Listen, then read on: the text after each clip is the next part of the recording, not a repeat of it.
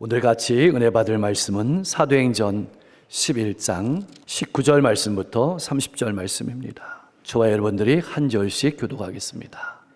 그때 스데반의 일로 일어난 환난으로 말미암아 흩어진 자들이 베니게와 구브로와 안디옥까지 이르러 유대인에게만 말씀을 전하는데, 그 중에 구브로와 구레네 몇 사람이 안디옥에 이르러 헬라인에게도 말하여 주 예수를 전파하니 주의 손이 그들과 함께 하심에 수많은 사람들이 믿고 주께 돌아오더라. 예루살렘 교회가 이 사람들의 소문을 듣고 바나바를 안디옥까지 보내니 그가 이르러 하나님의 은혜를 보고 기뻐하여 모든 사람에게 굳건한 마음으로 주와 함께 머물러 있으라 권하니, 바나바는 착한 사람이요 성령과 믿음이 충만한 사람이라.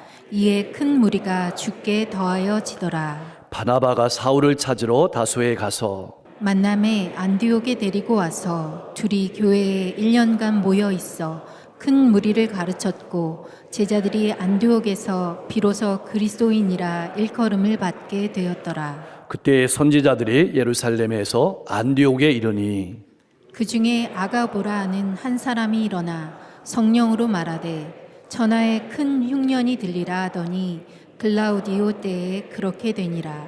제자들이 각각 그 힘대로 유대에 사는 형제들에게 부조를 보내기로 작정하고 이를 실행하여 바나바와 사울의 손으로 장로들에게 보내니라. 아멘. 스데반 집사님께서 복음을 전하다가 돌에 맞아 순교하는 사건은 예루살렘에 사는 성도들에게 엄청난 환난과 고통의 시작이었습니다. 이 사건을 계기로 유대인들이 예루살렘 성도들에게 엄청난 박해를 가했기 때문입니다. 유대인들의 박해는 이제 겨우 예루살렘에 자리를 잡고 성장하던 교회를 뿌리째 흔들어 놓았습니다. 사람들이 볼 때 이제 교회는 끝났다고 생각했을 것입니다. 예루살렘에 있는 사도들도 그렇게 생각했을 것이고, 누구라도 그렇게 생각했을 것입니다. 그러나 그 박해와 환난이 안디옥 교회를 설립하는 계기가 될 줄 누가 알았겠습니까? 그 박해와 환난이 온 유대와 사마리아와 땅끝까지 이르러 예수의 증인이 될 줄을 누가 알았겠습니까? 하나님께서는 그렇게 초대교회가 당하는 박해와 환난을 선으로 바꾸어 놓으셨습니다. 박해를 피해서 나그네가 된 복음 전도자들은 사방으로 흩어졌고 쫓겨가면서도 복음을 전했고 복음을 살아냈습니다. 안디옥 교회는 그렇게 박해와 환난을 피해서 흩어진 성도들에 의해서 세워졌습니다. 그렇게 세계를 선교하는 안디옥 교회를 세운 것은 예수님의 위대한 사도들도 아니었고 예루살렘 교회의 7 집사도 아니었습니다.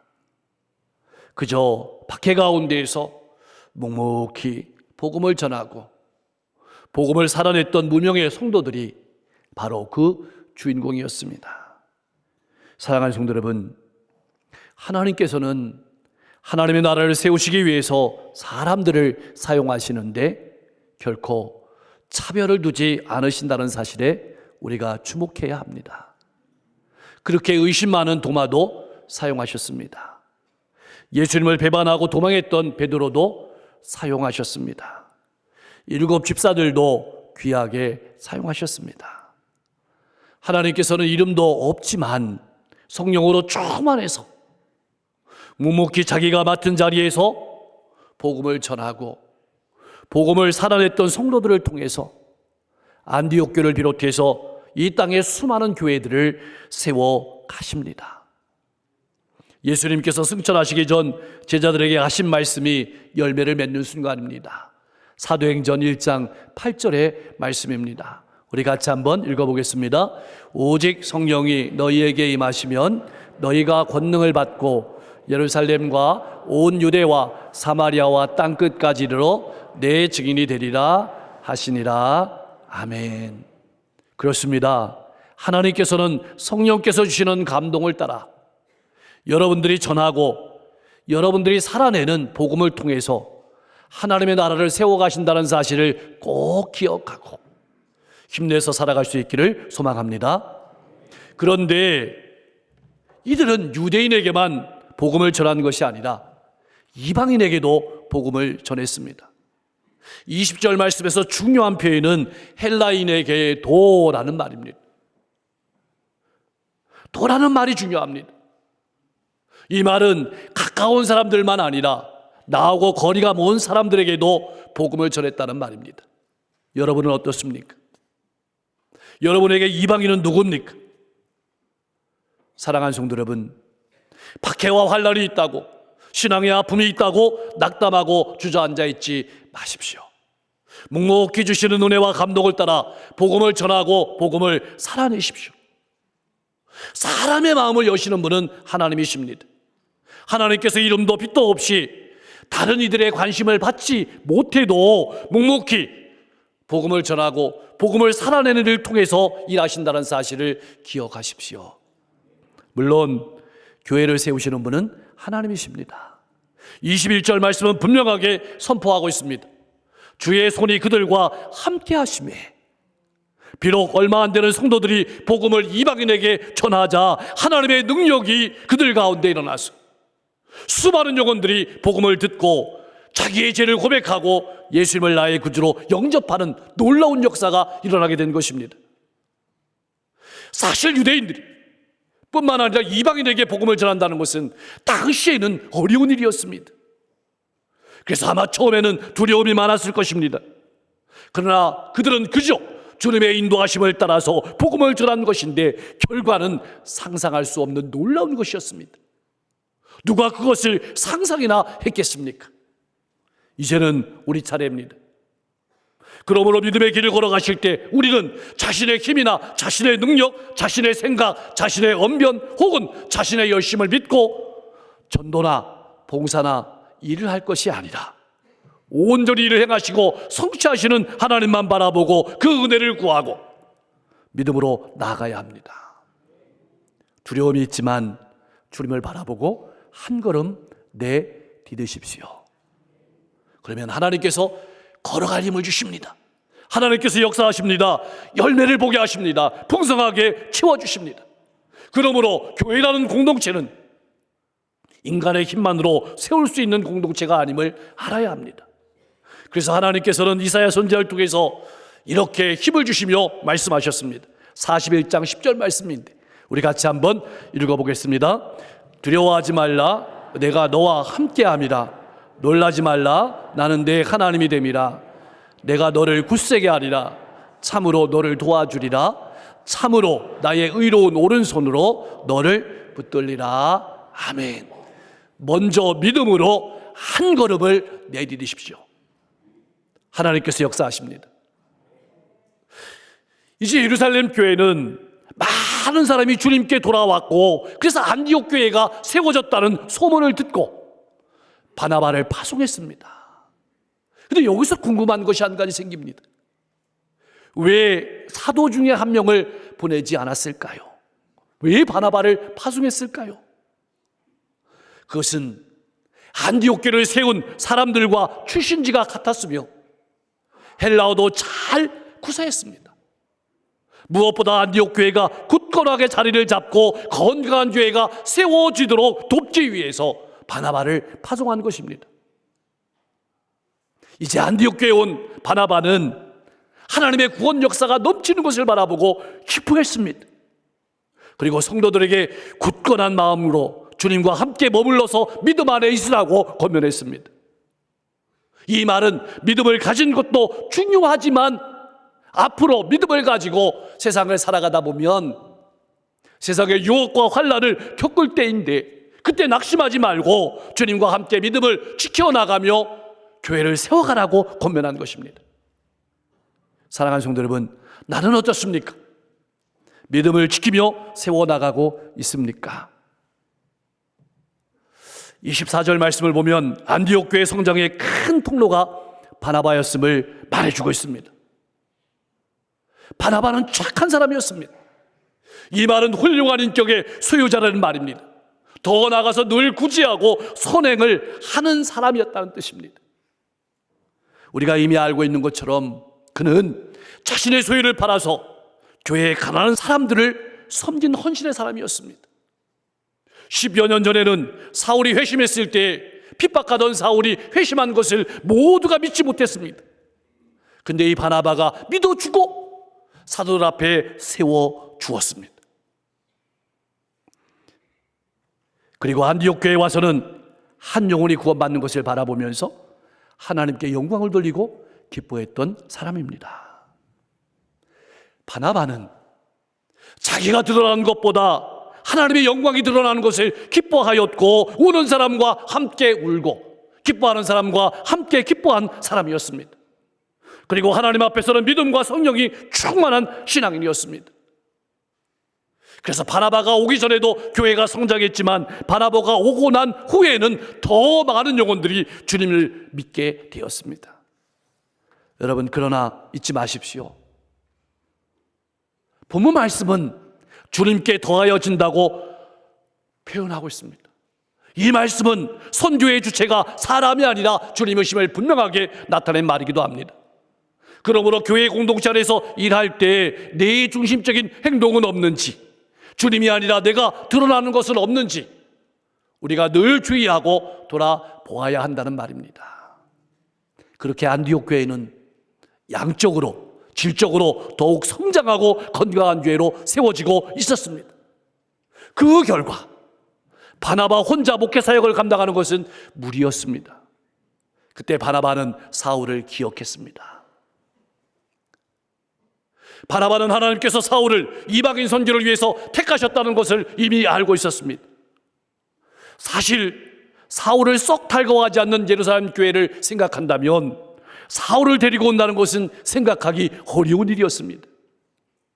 그렇지만 개인적인 감정과 의견을 뛰어넘어서 하나님께서 이루어 가시는 이방인 교회의 부흥과 성장을 눈앞에 목격하면서 지금 안디옥 교회에 가장 필요한 사람이 사울임을 인정하고 받아들인 것입니다.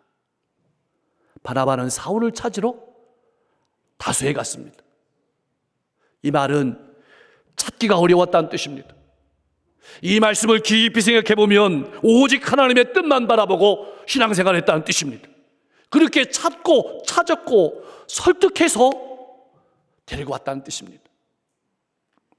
이 장면은 우리 교회가 더 건강한 교회로 세워지기 위해서 꼭 기도하고 바라보아야 될 모습이기도 합니다. 보통 교회가 성장하고 규모가 커지면 성도들과 공동체에 자기를 나타내고 싶은 것이 목회자와 리더들의 마음일 수 있습니다. 그래서 하나님보다 목회자가 더 큰 영광을 차지하는 모습이 이 시대의 교회의 아픔의 한 원인임을 우리는 알고 있습니다. 그러나 바나바는 교인들과 함께 기뻐했습니다. 자기의 이름이 드러나는 것보다, 자기의 명예가 드러나는 것보다 하나님의 나라가 확장되는 기쁨을 더 생각했습니다. 그래서 과거에는 교회를 박해했지만 지금은 그 누구보다도 하나님을 잘 섬기는 사울을 믿어주었고 지지해 주었고 데리고 왔습니다. 그리고 함께 일했습니다. 그것은 너무나도 귀한 결단이었습니다. 그래서 이 둘의 협력을 통해서 안디옥 교회가 든든히 세워져 갈 수 있었습니다. 사랑하는 성도 여러분, 나는 어떻습니까? 공동체 안에서 나보다 하나님의 영광이 나타나는 것을 더 기뻐하며 신앙생활하고 있습니까? 내가 드러나지 않아도 속상하지 않습니까? 교회를 생각하고 다른 성도들을 믿어주고 세워주며 신앙생활하고 있습니까? 그렇게 둘이 밤낮 합심하여서 1년간 쉬지 않고 하나님의 말씀으로 큰 무리들을 섬겼습니다. 외적으로도 성장했지만 내적으로도 아름답게 성장했습니다. 다시 생각해 보면 우리의 신앙생활을, 우리의 신앙을 성숙시키는 것은 오직 하나님의 말씀이라는 사실을 분명하게 증거하고 있는 것입니다. 바나바와 사울은 그러므로 너희는 가서 모든 민족을 제자로 삼아 아버지와 아들과 성령의 이름으로 세례를 베풀고 내가 너희에게 분부한 모든 것을 가르쳐 지키게 하라는 예수님의 명령을 따라서 안디옥 성도들에게 예수 그리스도를 전하고 말씀을 가르치고 말씀을 지키며 살도록 매일매일 사역하였습니다. 이런 과정을 통해서 안디옥 교회 성도들은 드디어 비로소 그리스도인이라는 칭호를 얻게 되었습니다. 그리스도인이란 말은 예수 그리스도로 자기의 정체성을 삼는 사람들이란 뜻입니다.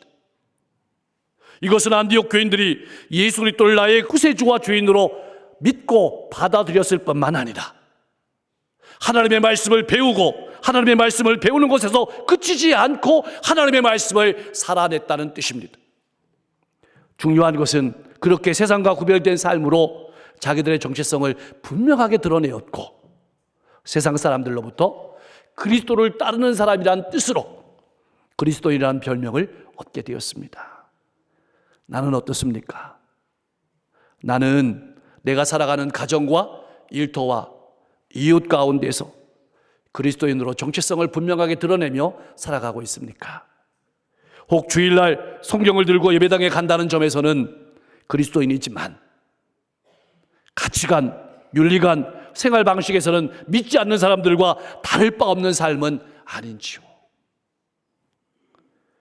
또한 그리스도인이라는 별칭은 조롱하는 말이기도 했습니다. 예수를 믿는 사람들을 향해서 나사렛 시골 출신 목수, 그것도 십자가에 못 박힌 그리스도를 따라가는 멍청한 사람들이라는 조롱으로 부르는 말이기도 했습니다. 그러나 안디옥 교회 성도들은 이 또한 자랑스럽게 받아들였습니다. 나는 어떻습니까? 예수 그리스도를 따라 살아가는 삶을 통해서 혹 가족과 이웃들로부터 바보란 소리를 들으며 조롱을 받아도 그것을 자랑스럽게 여기며 살아가고 있습니까? 신앙의 길을 걸어가고 있습니까?